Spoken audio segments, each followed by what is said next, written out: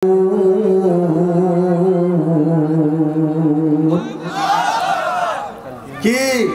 তোমরা কি মনে করো, আল্লাহ পাক বলতেছেন কোরআনে কারীম, তোমরা কি ধারণা করো নাকি, ও আমার তুলসী পাড়ার মা বোনেরা ভাইয়েরা আমার, আল্লাহ পাক বলেন তোমরা কি ধারণা করো নাকি, তোমরা কি মনে করেছো নাকি তোমাদেরকে আর 10টা মাখলুকাতের মতো আমি এমনি এমনি তোমাদেরকে দুনিয়ায় সৃষ্টি করেছি না। আমি তোমাদেরকে খামাখাই তৈরি করি নাই, অনর্থক তৈরি করি নাই, তোমাদেরকে বিনা উদ্দেশ্যে তৈরি করি নাই। তোমাদেরকে আমি আল্লাহ রাব্বুল আলামিন তৈরি করেছি একটা মহৎ উদ্দেশ্য নিয়ে। তামাম দুনিয়া বানিয়েছি তোমাদের জন্য, আর তোমাদেরকে আমি আল্লাহ বানিয়েছি আমি আল্লাহর জন্য।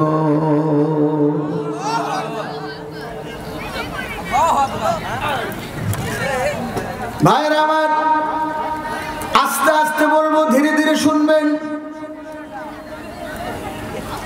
এই যে হাঁটি হাঁটি পা পা করে কোরআন শোনার জন্য, কোরআনের জ্ঞান অর্জনের জন্য আপনি ঘর থেকে বেরিয়ে এসেছেন, আল্লাহর নবী ১৫০০ বছর পূর্বে ঘোষণা দিয়ে গেছেন, উম্মত রে, আমার রক্ত মাখা কোরআন বুকে নেওয়ার জন্য, আমার রক্ত মাখা ইসলামকে দিনকে কোলে নেওয়ার জন্য তুমি যখন রাস্তা অবলম্বন করবে, যখন পা মারবে, মানিক বাররাত কদমাহু ফি সাবিলিল্লাহি হারামাহুম আল্লাহু আলান নার।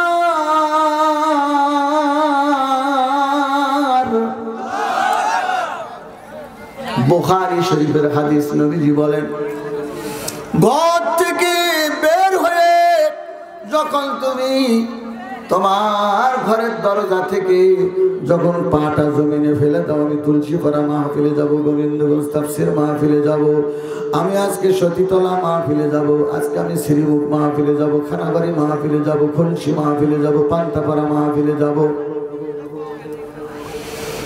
আমি 3 দিনের তাবলীগে যাব, 40 দিনের চিল্লায় যাব, দিন শেখার জন্য, আল্লাহ পাওয়ার জন্য, রসুল পাওয়ার জন্য, আমি আল্লাহ পাকের পরিচয় পাওয়ার জন্য আমি আমার ঘর থেকে ছুটলাম। এই মনোভাব নিয়ে, মনোচিন্তা, টেন্ডেন্সি, ফিলিংস নিয়ে তুমি যখন তোমার ঘর থেকে বের হবে, আল্লাহ নবী ঘোষণা দিয়েছেন, এক পাও তুলে আর এক পা উঠানোর আগেই পিছনের তামাম সগীরা গুনাহগুলো আমার। কি কথা গো, কোথায় আসছেন আপনারা? নবীজি বলেন, ইজা মারাতুম বিরিয়াদিল জান্নাহ। এরকম সাহাবীদেরকে নিয়ে একদিন রাসূলুল্লাহ বললেন, ইজা মারাতুম বিরিয়াদিল জান্নাতি ফারতাউ।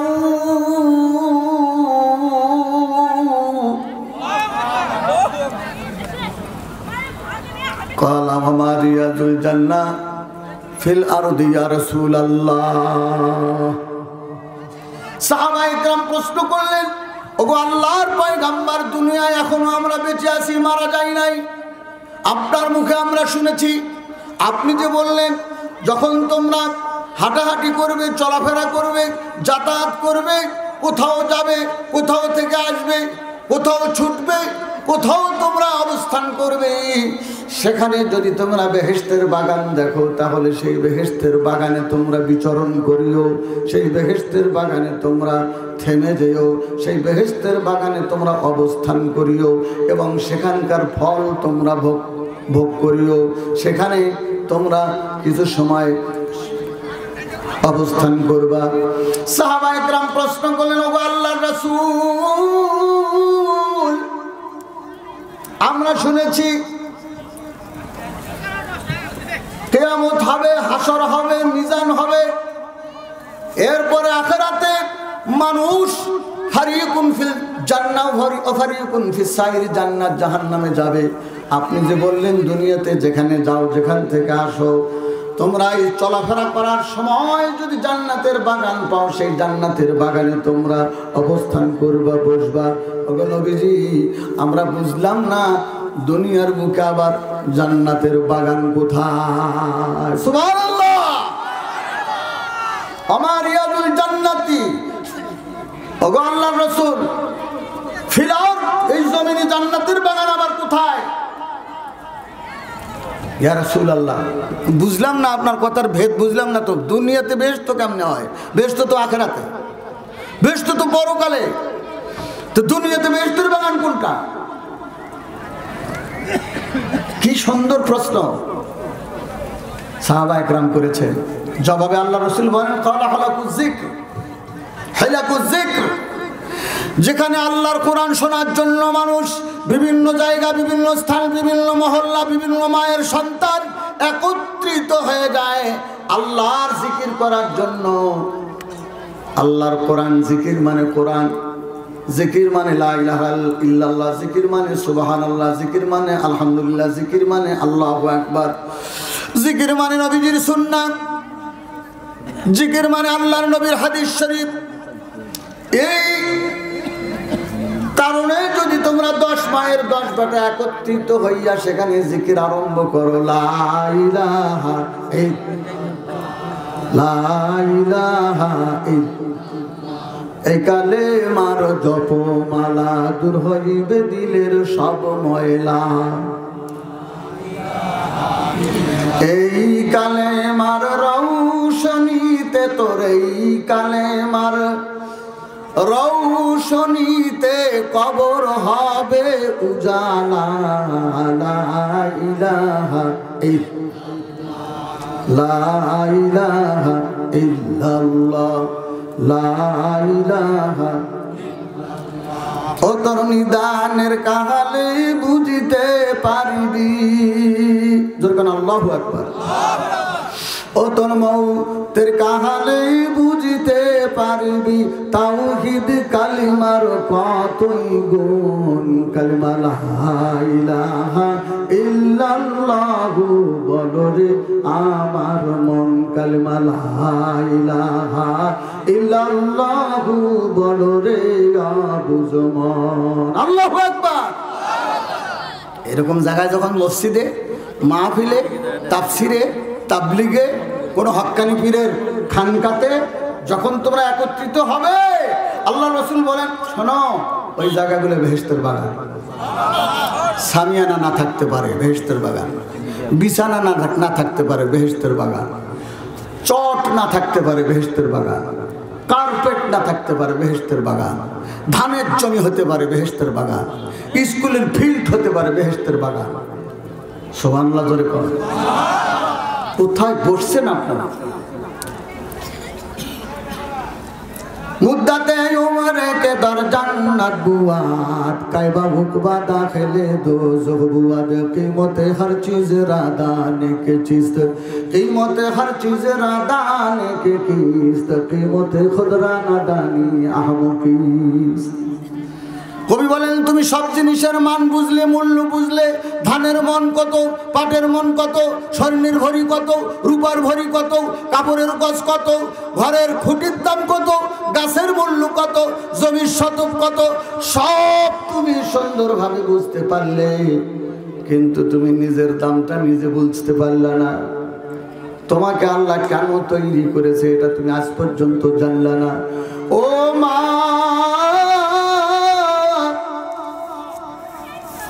খালি ঠোঁট পালিশ, গাল পালিশ, ভুরু পেন, বব চাটনি, ঘোড়া চাটনি, সারো চাটনি।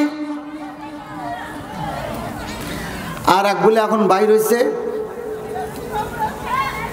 একটা পায়ের মধ্যে আমরা 3 জন পুরুষ ঢুকবো। ওটার নাম কি পায়জামা? কি ব্লাউজ, প্লাজো, কি আসিফ তামসা। এমনি খাটো বাঙালি ছোট্ট ছোট্ট বেডিসর, আর প্লাজো পড়ছে এখান থেকে তুলসীপাড়া থেকে গোবিন্দগঞ্জ। কি দরকারটা রে বাবা, তাও ফির আবার উঁচে করে। ও মায়ের, আমার বোনেরা, আমার আল্লাহর নবী বলেন, মহিলাদেরকে ওয়ানিসাউন কাসিয়াতুন আরিয়াতুন মুমিলাতুন মাইলাতুন রুসুন কাসনিমাতিল মুখতিল মাইলা লা ইয়াদখুলনাল জান্নাতা ওয়া লা ইয়াজিদনা রিহাহা ওয়া ইন্না রিহাহা লা তুজাদু মিন মাসিরাতিন কাযা ওয়া কাযা রাবাহু মুসলিম। আল্লাহর নবী বলেন কোন মহিলা এমন এক যুগ আসতেছে, নবীজি বলেন আমি বলে গেলাম উম্মতরা রে শোনো, ওই মহিলারা ওই যুগে ওই কালে কাপড় পরিধান করার পরেও তারা উলঙ্গ থাকবে। মারাত্মক কথা। ও মা কি পড়তেছে এগুলি? ফাতেমাতুজ জাহরা রাদিয়াল্লাহু তাআলা আনহা কোথায়, তুমি কোথায়? মরিয়ম আলাইহিস সালাম কোথায়, তুমি কোথায়? মা খাদিজাতুল কুবরা তুমি কোথায়, আর সে কোথায়? হযরত বিবি আসিয়া কোথায়, তুমি কোথায়? আজকে নারী জগৎ কোথায়? আর সেই বিবি হাজেরা আলাইহিস সালাম উনি কোথায়? আমার মায়েরা গো, কেমনে মুখ দেখাবো হাসরের ময়দানে? এই জন্য মাগো, তুলসী পাড়ার মায়েরা, বালুপাড়ার মায়েরা, মধ্যপাড়া, নয়াবাড়ি, বিলপাড়ার মা এবং বোনেরা, কন্দবাড়ির মাও বোনেরা, তোমরা যারা আশেপাশে আসো গো, এখনো তোমাদেরকে অনুরোধ করি ছুটে আসো গো মা। মহিলাদের ইবাদত, মহিলাদের দোয়া, মহিলাদের আমল পুরুষের আগে আল্লাহ তাড়াতাড়ি কবুল করেন। কোন সুবহানাল্লাহ। মডার্ন যুগের মডার্ন নারী, বয়সে তারা নানি ও দাদি, তবুও হাতে রেশমি চুরি, কপালে দেয় আলতা ফোটা, আরে বব কাটিং চুল মার্কেটে যায়, ভ্যানিটি ব্যাগ ঘাড়ে ঝুলায়, মেকআপ মাখা মুখ দেখিয়ে দোকানদারে ডাকে আপা। ওরে সদাই পাতি যেমন তেমন, সদাই পাতি যেমন তেমন, পুরুষ দেখে মনের মতন, দিনভর মার্কেটে ঘুরে বাড়ি ফেরে সন্ধ্যাবেলা, মেকআপ মাখা মুখ দেখিয়ে দোকানদারে ডাকে আপা। ঝগড়ার সময় কোমর খেসে, দাঁত নাই তাও মারি খেসে, জামাই বাড়ির শ্বশুর বাড়ির তাও মানে না, ঝগড়া করে আনন্দে, ঝগড়ার তালতে বলে বুড়ি হসি তাই কি হসে রে, শক্তি কি মোর কম আছে। ঠিক করা লাভ নেই। এ দোষ মা বোনদের নয়, এ দোষ হচ্ছে আমাদের পুরুষ গার্জিয়ানদের। একটা করে মহিলা তার কিয়ামতের ময়দানে তার ভাইকে নিয়ে জাহান্নামে যাবে, ছেলেকে নিয়ে জাহান্নামে যাবে, স্বামীকে নিয়ে জাহান্নামে যাবে, বাবাকে নিয়ে জাহান্নামে যাবে।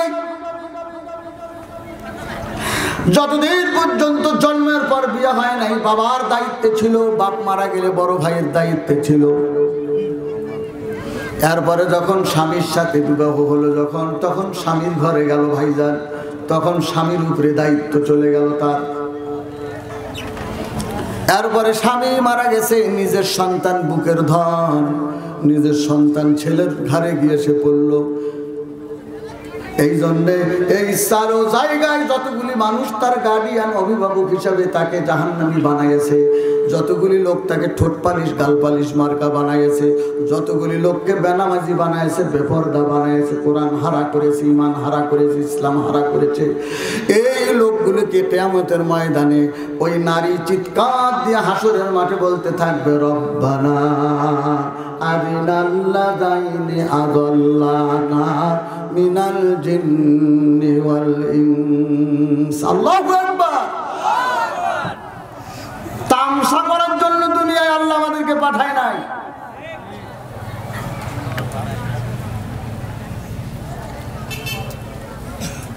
প্রত্যেকটা অভিভাবককে, প্রত্যেকটা গার্জিয়ানকে আল্লাহ কোরআনে দায়িত্ব দিয়েছেন, তোমার সন্তান, তোমার ছেলে মেয়ের উপরে, বউ বাচ্চার উপরে তুমি অবিচার করতে পারবে না। অবিচারের অর্থ হচ্ছে কোরআন শিক্ষা না দেওয়া, অবিচারের অর্থ হচ্ছে নামাজি না বানানো, অবিচারের অর্থ হচ্ছে তাকে দিনদার না বানানো, অবিচারের অর্থ হচ্ছে তাকে মসজিদমুখী না বানানো, অবিচারের অর্থ হচ্ছে মাদ্রাসামুখী না বানানো, অবিচারের অর্থ হচ্ছে সন্তান আদিকে দুনিয়ার সব বিদ্যা তুমি বাবা শিক্ষা দিলা, কিন্তু তাকে কোরআন কেন পড়ালে না? কিয়ামতের ময়দানে ওই সন্তান, ওই বিবি, ওই বাচ্চারা আল্লাহর দরবারে মামলা দায়ের করবে, আর বাবার গলায় রশি লাগায়া টাইনা টাইনা, ভাইয়ের গলায় রশি লাগায়া টাইনা টাইনা, সন্তানের গলায় রশি লাগায়া টেনে টেনে, স্বামীর গলায় রশি লাগায়া টেনে টেনে আল্লাহর দরবারে, ইজলাসে আল্লাহর দরবারে আদালতে নিয়ে যেতে থাকবে, আর বলতে থাকবে, আল্লাহ ইচ্ছে করলে এরা আমাদেরকে দিনদার বানাতে পারতো, আজ হাত ধরে আঙ্গুল ধরে তারাও জান্নাতে যেত, আমরাও জান্নাতে যেতে পারতাম। এই কথাগুলি শোনার জন্য মাহফিল, পরিবর্তন আসুক সমাজে। এই মাহফিল বিগত সরকারের আমলে হতে দেয় না। তাফসীর মাহফিল করতে দেন, গলা টিপে ধরছে বক্তা। ডানে বামে মুনকার নকিররা আসিয়া বলছে যে এটা খাওয়া যাবে না, ওটা খাওয়া যাবে না, এটা বলা যাবে না। এত বড় বড় চার্ট দিছে আমাদেরকে, ওয়াজের আগে আমাদের কাছে মেসেজ করে চার্ট পাঠাইয়া দিছে, আপনি ওখানে যাবেন, বলে ওয়াজ করতে পারবে না, করলে এই শর্ত ওই শর্ত, এই কথা ও কথা, জমিনের নিচের কথা বলবেন, আসমানের উপরের কথা বলবেন, এই মাঝখানের কথা বলতে পারবেন না। সেই বালাই আর আছে ভাই? জোরে বলেন আছে? 5 আগস্টে আল্লাহ রাব্বুল আলামিন এই জুলুমকে, জালেমদেরকে ঝাঁটা পেটা করে আল্লাহ রাব্বুল আলামিন বাংলাদেশের মাটি হারা করেছেন।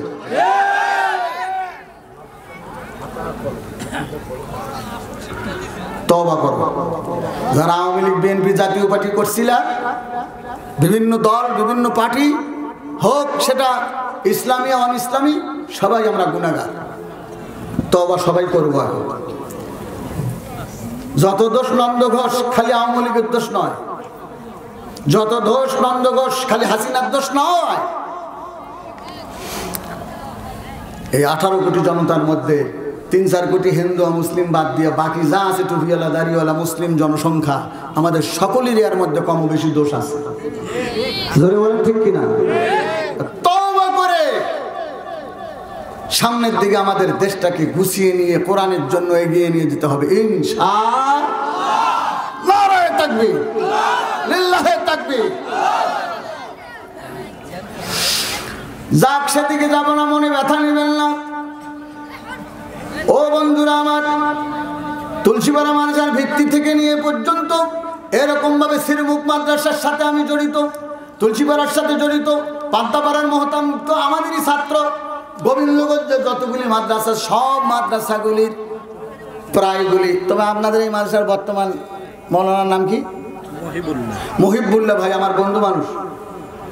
ও কিন্তু আগে চাঁদপাড়া ছিল, খুব ভালো মানুষ, পাইছেন আপনারা। বর্তমান আপনারা মাদ্রাসার খবর জানেন না, মাদ্রাসা এখন অনেক উন্নত লেখাপড়া হচ্ছে। সুবহানাল্লাহ, একটু জোরে কর, আর একটু জোরে বলতে হবে, আর একটু জোরে। কিন্তু এলাকাবাসী মাদ্রাসার কদর, মাদ্রাসার সম্মান, মাদ্রাসার ইজ্জত আমাদের আপনাদের অন্তরে অধিকাংশর কম। তা না হলে এইটুক মাহফিল, আজকে তো মাদ্রাসার মাহফিল, আজকে কিসের মাদ্রাসা? 2 জন হাফেজের মাথায় আজ পাগড়ি দেওয়া হবে। ভাইয়েরা আমার, আসুন, আমি যে কথাটা ধরেছিলাম অত্যন্ত গুরুত্বপূর্ণ আলোচনা। আল্লাহ পাক রব্বুল আলামিন সূরাতুত তাহরিমের 6 নম্বর আয়াত থেকে আমি আলোচনা শুরু করেছি। নবীজি সাল্লাল্লাহু আলাইহি সাল্লামের কাছে এখনো ঢুকি নাই, কেবলমাত্র আল্লাহকে নিয়ে, আল্লাহর প্রশংসা নিয়ে, আল্লাহর হামদ নিয়ে, আল্লাহর কোরআন নিয়ে শুরু করেছি। বন্ধুরে, আল্লাহ পাক বলেন, শোনো, আমাকে যদি ধরতে চাও, পাইতে চাও, আমাকে রাজি আর সন্তুষ্ট খুশি করে যদি কবরে আসতে চাও, তাহলে আমার নবী মুহাম্মদুর রাসূলুল্লাহ ছাড়া সম্ভব নয়। কি আল্লাহ রাসূল ছাড়া সম্ভব? কোনোদিনও না, কখনো না। আল্লাহ পাককে পাওয়ার সব থেকে বড় সেতুর নাম মুহাম্মদুর রাসূলুল্লাহ সাল্লাল্লাহু আলাইহি ওয়াসাল্লাম। ভাইরা আমার, বাবাজিরা আমার, সেই আল্লাহর নবীর কথা একটাও জীবনে কোনোদিন ফাউল হয় নাই, না হয়েছে? মিথ্যা, চগলখুরি, চিটারি, চিটিংবাজি, উল্টাপাল্টা না। কেন না? ওয়ামা ইয়ানতিকু আনিল হাওয়া ইন হুয়া ইল্লা ওয়াহয়ুন ইউহা। ওয়ালাউ তাকাব্বালা আলাইনা বা'দাল আকাবির সুম্মা লাআখাযনাহু মিনহু বিল ইয়ামিন সুম্মা লাকাতানা মিনহুল ওয়াতীন। আমাদের এই মঞ্চে আমার জামতা মেয়ে বিয়ে দিছে, যে আমার মেয়ের জামাই হাফেজ মাওলানা মুফতি এখানে বসা আছেন, উনি হাফেজ, কোরআন আমরাও হাফেজ। কোরআন শরীফ যখন দ্রুত পড়া হয়, কোরআন শরীফ যখন দ্রুত পড়া হয়, الرحمن علم القرآن خلق الإنسان علمه البيان الشمس والقمر بحسبان والنجم والشجر يسجدان والسماء رفعها ووضع الميزان ألا تطغوا في الميزان وأقيموا الوزن بالقسط ولا تخسروا الميزان والأرض وضعها للأنام فيها فاكهة والنخل ذات الأكمام والحب ذو العصف والريحان فبأي آلاء ربكما تكذبان। এরকম টানা যখন পড়ি আমরা তখন একটার সাথে একটা, একটার সাথে একটা, একটার সাথে একটা, ওই যে সেকলের যেরকম চেনের যেরকম কি থাকে, কোয়া থাকে, কোরআন শরীফের 6666 আয়াতের কোয়া আছে। সুবহানাল্লাহ বলে বলেন, কারণ আল্লাহ পাক বলেন কোরআন আমি কিয়ামত পর্যন্ত রাখবো, কোয়া বানায় দিছি। একটা আয়াত ধরে টান মারবা তো 6666 আয়াত ঝোঁক মেরে উঠবে। ছোটবেলায় ইট খেলা দেখেন নাই, একটা ইট খাড়া করিয়া তার সাথে আরেকটা, তার সাথে আরেকটা, তার সাথে আরেকটা, এরকম গোটা এরিয়া ঘুরে আনিয়ে আসছে। আর একজনের মাথার মধ্যে মুখের মধ্যে কাপড় বাঁধিয়ে দিছে। তারপরে পাতিল খেলা দেখছেন না, কানা কুনা ভয় লাগলে কিন্তু আমার দোষ নাই, দেখেন নাই, এরকম করে একটা ইটে বাড়ি মারবেন, সব একটা একটা একটা একটা একটা একটা একটা একে শেষ ইট পর্যন্ত কোয়া।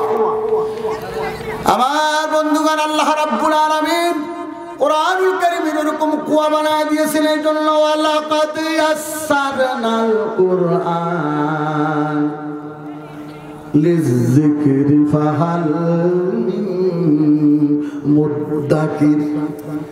ও তুলসীপাড়ার মানুষ, আল্লাহ পাক ডাক দিয়ে বলেন আমি কোরআন সহজ করে দিয়েছি, মুখস্থ করা সহজ।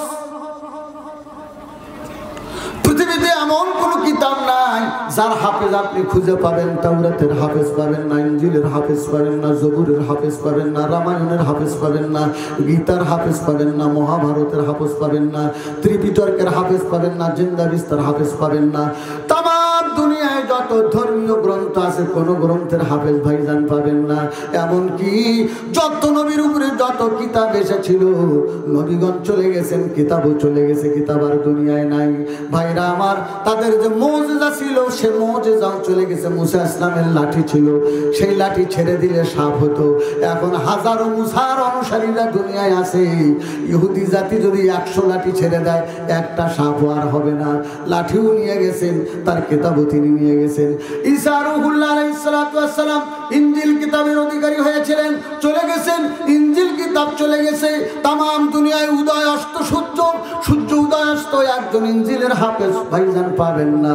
কিন্তু আমার আল্লাহ তাআলা বলেন, দেখো বান্দা, আমার নবী ১৫০০ বছর পূর্বে মদিনায় শুয়ে গেছে। আজকে তুলসীপাড়া মাদ্রাসায় ৩০ পারা কোরআনের হাফেজের মাথায় পাগড়ি দেওয়া হয়। নারায়ে তাকবীর। ইন্না নাহনু নাযালনা যিকরা ওয়া ইন্না লাহু লাহাফিজুন।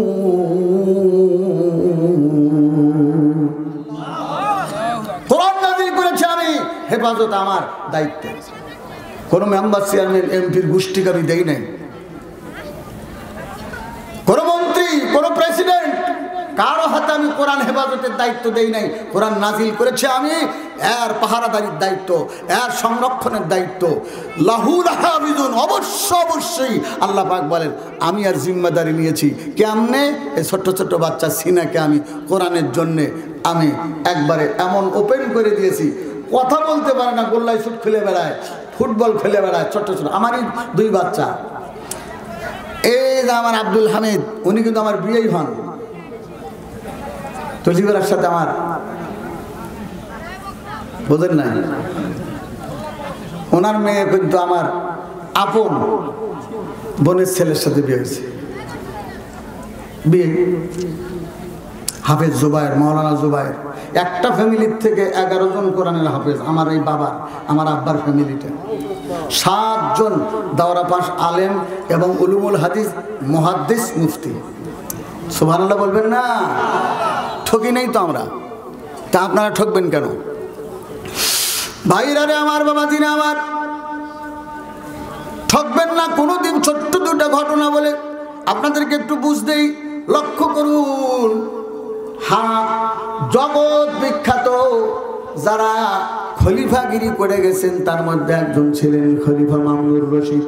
খলিফা মামুনুর রশিদ আল্লাহ ভীরু, আল্লাহওয়ালা আলেম, ওলামাদের সম্মান বেশি দিত। ওলামা দেখলেই তাকে হাদিয়া দিতেন। ওলামা দেখলেই, আজকে তো আমাদের মাদ্রাসার হুজুরদের বেতন কম, বেতন নাই বললে চলে। ইমাম সাহেবের বেতন এমনি তো সামান্য কয়েকটা টাকা, তার মধ্যে 1.5 বছর বাকি।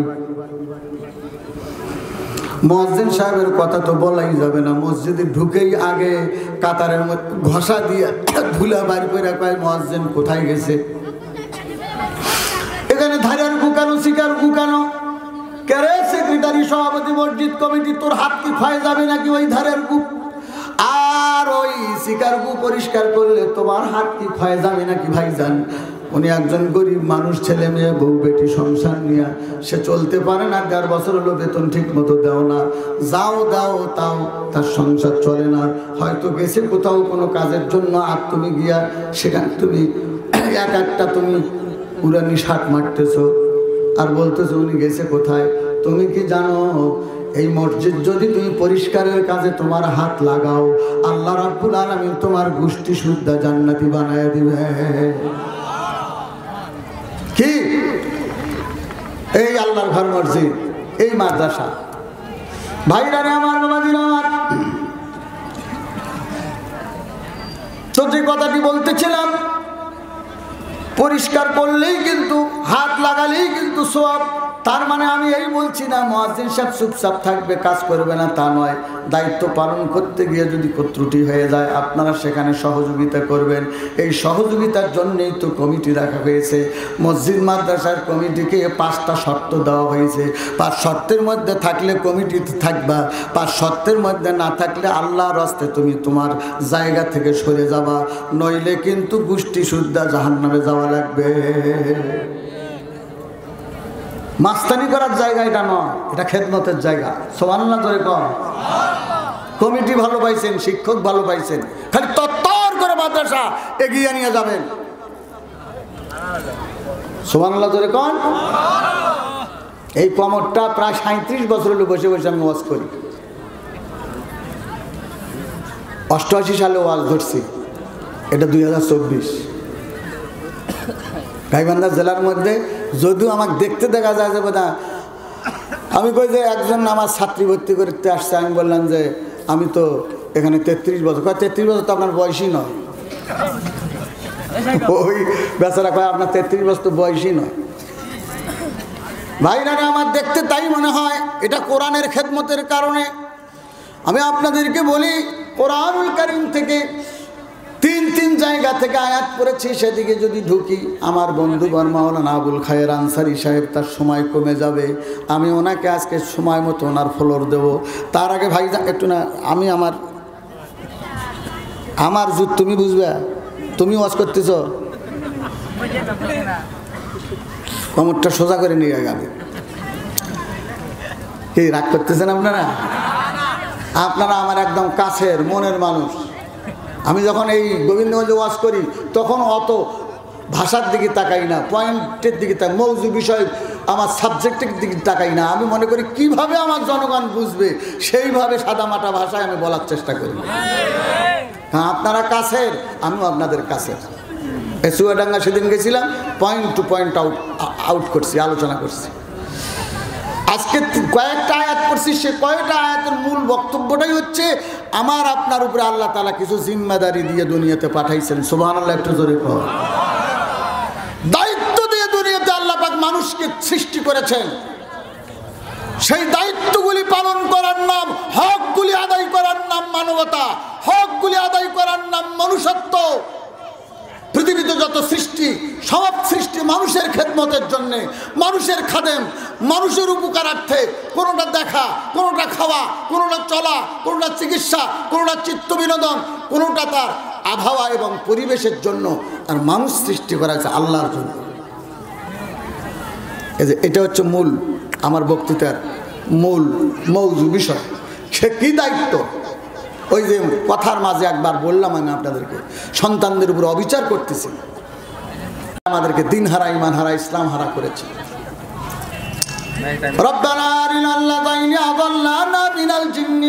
জিন মানুষদের মধ্যে যারা আমাদেরকে গুমরাহ করেছে দুনিয়ায়, তাদেরকে দেখায় দেন না যে আলহুমা তাহাতা আকদামিনা, আজ তাদেরকে পায়ের নিচে ফেলবো।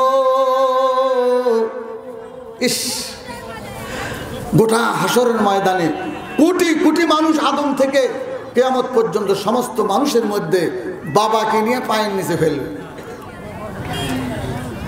পায়ের নিচে ফেলে খুঁজতে থাকবে, খুঁজতে থাকবে, মায়ের বুক, ভাইয়ের বুক খুঁজতে থাকবে আর বলতে থাকবে নাগাল হুমা তাহাতা আকদামিনা লিয়াকুনা মিনাল আসফালিন। জাহান্নামের মধ্যে শটাতে থাকবে আর বলতে থাকবে, লাঞ্ছিত করতে থাকবে আর বলতে থাকবে, কেন আমাদেরকে দিন শেখাও নাই, কেন আমাদেরকে পথ দিন বানাইয়াছিলা। আমার ভাইরা, আমার বাবাজিরা, এই জন্য দিন শেখানো আমাদের প্রত্যেকটা অভিভাবকের উপরে এটা ফরজ দায়িত্ব।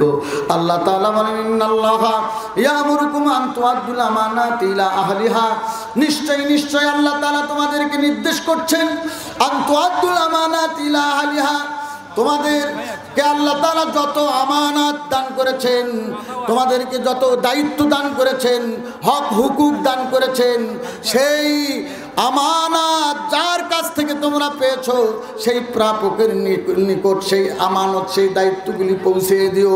ভাইরা আমার, সন্তান একটা আমানত, ছেলে মেয়ে বউ বাচ্চা একটা আমানত। এই আমানতকে যদি আমরা খেয়ানত করি, খেয়ানতের অর্থ হচ্ছে সন্তানকে দিন না শেখানো, ইসলাম না শেখানো, তাদেরকে দিনদার না বানানো।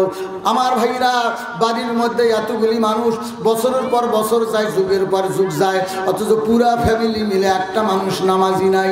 আহারে, অথচ মুসলমানের বাড়ি একটা মানুষের পর্দা নাই, অথচ মুসলমানের বাড়ি টিভি দিয়ে, টেলিভিশন দিয়ে গোটা বাড়িটাকে সিনেমার আড্ডাখানায় পরিণত করা হয়েছে।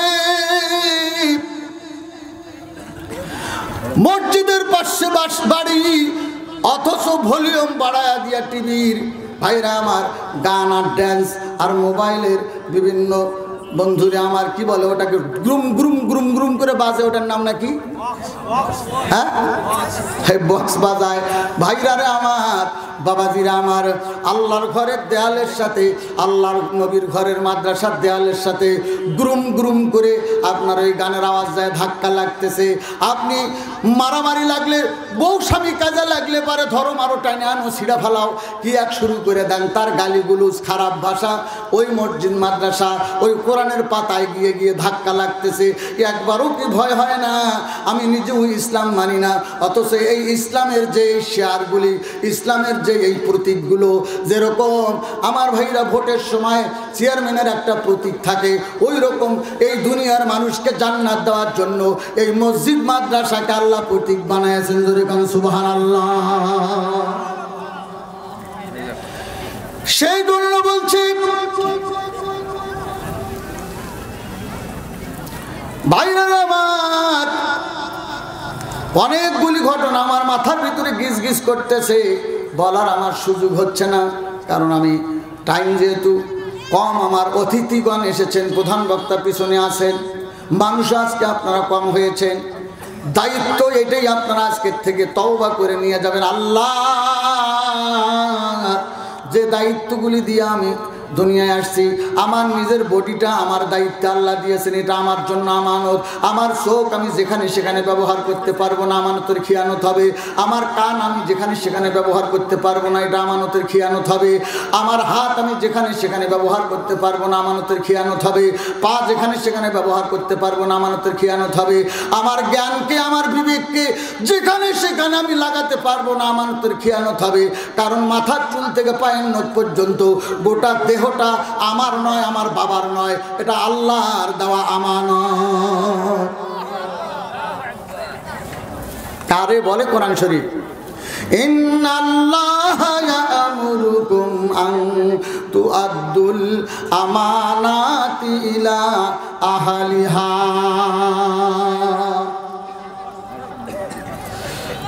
ভাইরা আমার, ও দুঃখ লাগে, কোটি কোটি টাকা বাজেট বরাদ্দ হয় জেনারেল শিক্ষার উপরে, অথচ যে কোরআনের উপরে আসমান জমিন টিকে আছে, টিকে থাকবে, সেই কোরআনের জন্য কোনো বাজেট নাই। ছোট্ট ছোট্ট বাচ্চারা কোরআনের হাফেজ হওয়ার জন্য আজ মানুষের দ্বারে দ্বারে ঘোরে, এটা কি আমাদের দুঃখের কথা নয়? মৌসুমী কালেকশনের সময় বস্তা নিয়ে কান্দে কান্দে করে ভ্যান নিয়ে আপনাদের বাড়ি বাড়ি যায়, যে কোরআনের উসিলা আসমান টিকে আছে, জমিন টিকে আছে, চন্দ্র সূর্য গ্রহ নক্ষত্র পাহাড় পর্বত টিলা টঙ্কর টিকে আছে, যে কোরআনের কারণে আজকে চেয়ারম্যানি করে খাইতেছেন, মেম্বারি করে খাইতেছেন।